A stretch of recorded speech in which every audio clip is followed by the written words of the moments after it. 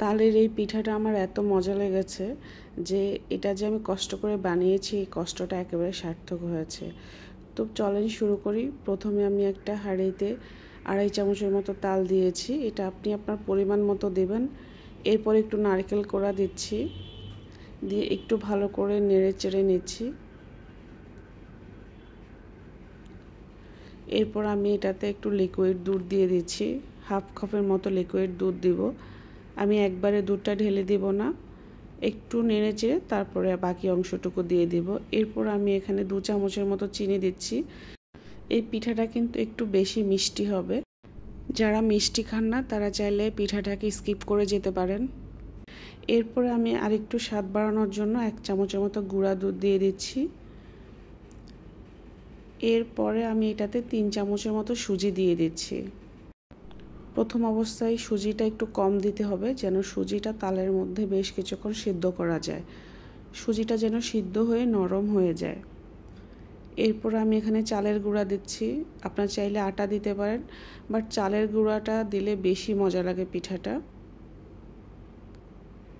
চালের গুঁড়া দিয়ে চুলার আঁচ একেবারে কমিয়ে দিয়ে আমি বেশ কিছুক্ষণ সময় নিয়ে এটাকে সিদ্ধ করব, মানে আটা করে নেব আর কি। আমি যেহেতু একা মানুষ তাই আমি অল্প পরিমাণে বানাচ্ছি, আপনাদের যাদের বাসায় মানুষ বেশি আছে তারা পরিমাণটা বাড়িয়ে দিবেন।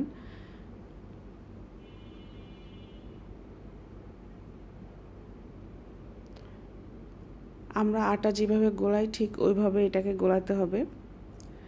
এরপরে আমি চুলা থেকে নামিয়ে হাতে একটু ঘি দিয়ে তারপরে এটাকে হাত দিয়ে ভালো করে এটাকে ময়ান দিয়ে নিচ্ছি। এটাকে কিন্তু বেশ ভালোভাবে মথে নিতে হবে। এরপর আমি আরেক পাশ দিয়ে চিনি শিরাটা করে নিচ্ছি। আমি এখানে 2 চামচ চিনি দিয়েছি, 1 কাপের মতো পানি দিয়েছি।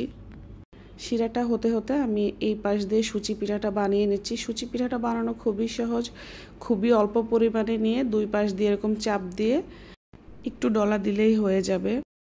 এটা বলে বোঝানোর কিছু নাই, এটা দেখে শিখতে হবে।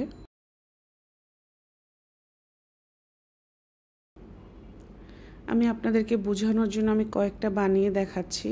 আমরা যে সেই পিঠা বানাই এটা সেই পিঠার মতোই, বাট এটা আকারে একটু মোটা হবে।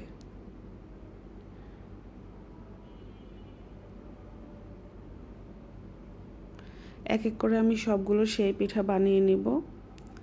আরেক পাশ দিয়ে আমি চেক করছি আমার শিরাটার কি অবস্থা। শিরাটা প্রায় হয়ে গেছে, শিরাটা খুব বেশি ঘন হবে না। এইদিকে আমার সবগুলো সুচি পিঠা বানানো হয়ে গেছে।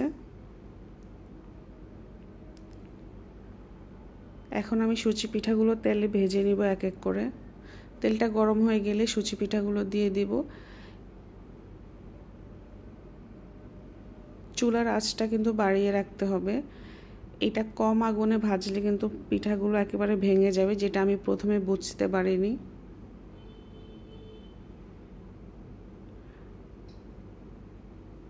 আমি কড়াইটাকে ঘুরিয়ে ঘুরিয়ে যেন এগুলো আলাদা হয়ে যায়, একসাথে লেগে না যায়, সেজন্য এটাকে আমি ঘুরিয়ে ঘুরিয়ে দিচ্ছি, কারণ পিঠাগুলো খুবই নরম। এরপরে যখন এগুলোর কালারটা ঠিক এরকম হয়ে আসবে, মানে পিঠাটা ঠিকঠাক মতো হয়ে যাবে, তখন আমি এগুলোকে এক এক করে চুলা থেকে নামিয়ে নেব। আমি এখানে অর্ধেকটা দিয়েছি।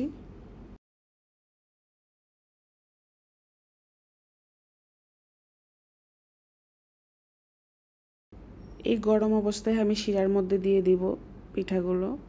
এরপরে বাকি অর্ধেকগুলো আমি আবার ভেজে নিচ্ছি।